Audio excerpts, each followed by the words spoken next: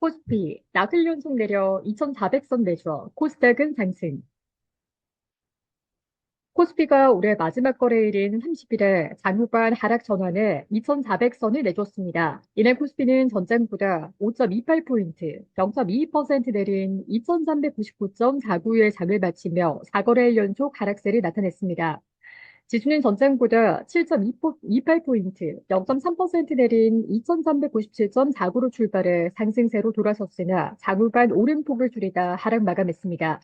코스피는 이달 들어 2.3% 내리면서 지난 10월 이후 6개월 연속 하락 마감했습니다. 이로써 지수는 2008년 글로벌 금융위기 이후 16년 만에 최장 하락 기록을 세우게 됐습니다.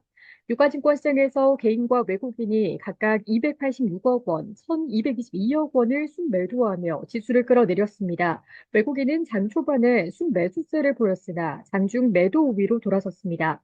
외국인은 코스피 200선물 시장에서도 1,602억 원을 순매도했습니다.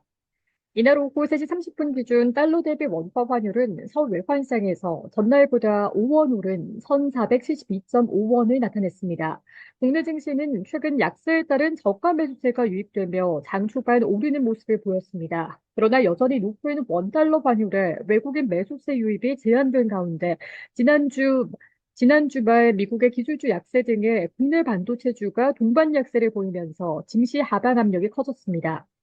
연말의 폐장과 2월 1일 휴장을 앞두고 거래도 부진했습니다. 이용찬 IM증권 연구원은 통상 연말에 윈도우 드레싱을 통해 증시를 올리려는 수급이 있기 마련인데 최근 몇 개월간 월말에 외국인의 매도세가 출혈되고 있다며 오늘은 외국인이 삼성전자 중심으로 팔며 증시를 끌어내린 것으로 보인다고 말했습니다. 헌법재판관 임명을 거부한 한덕수 대통령 권한대행에 대한 국회의 탄핵소추안 의결에 대해 증권가는 정치적 불확실성이 일부 해소됐다고 평가했습니다. 이경민 대신증권연구원은 지난 금요일에 투자 심리를 악화시켰던 정치 불안은 한덕수 대통령 권한대행 탄핵으로 마무리됐다며 단기적인 정치 불확실성은 정점을 통과하는 모습이라고 분석했습니다. 시가총액 상위 종목 중에서 삼성전자가 마이너스 0.93%, SK하이닉스가 마이너스 0.34% 등 반도체주와 현대차가 마이너스 1.4%, 기아가 마이너스 0.2%, KB금융이 마이너스 2.47%, 신한지주가 마이너스 1.45% 등이 내렸습니다. 전날 제주항공 3사의 제주항공이 마이너스 8.65%와 제주항공 지분을 보유한 AK홀딩스가 마이너스 12.12%가 급락했으며 하나투어가 마이너스 2.26% 등 여행주도 하락했습니다. 다음날 JP모건 헬스케어 컨퍼런스를 앞두고 기대감이 유입되면서 삼성바이오로직스가 1.61%, 셀트리온이 3.94% 등 제약주는 강세를 보였습니다. 특히 셀트리온은 1천억 원 규모의 자사주 추가 매입 소식까지 맞물리면서 매수세가 몰렸습니다. 업종별로 보면 금융이 마이너스 1.11%, 통신이 마이너스 2.32%, 전기전자가 마이너스 0.58% 등이 내렸으며 화학이 0.52%, 제약은 2.89% 등은 올랐습니다.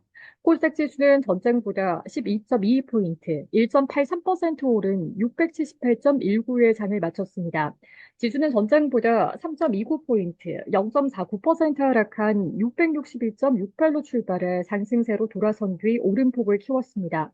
코스닥 시장에서 외국인과 기관이 각각 2,371억 원, 159억 원을 순매수했으며 개인은 2,488억 원의 매도 우위를 보였습니다. 알테오젠이 2.82%, HLB가 3.98%, 리가켄바이오가 5.11%, 휴젤이 5.52%등 바이오주와 에코프로비엠이 1.76%, 에코프로가 0.88%, 레인보우 로보틱스가 15.23% 등이 올랐습니다. 신성 델타테크가 마이너스 1.02%, 클래시스가 마이너스 1.45%, 리노공업이 마이너스 0.21% 등은 내렸습니다. 이날 유가증권시장과 코스닥 시장의 거래대금은 각각 5조 2,710억 원, 4조 7,700억 원으로 집계됐습니다. 한편 이날 코리아 밸류업 지수는 전장 대비 0.41% 내린 948.9의 장을 마쳤습니다. 당장일은 지난 9월 30일 이후 이날까지 지수는 4.35% 하락했습니다.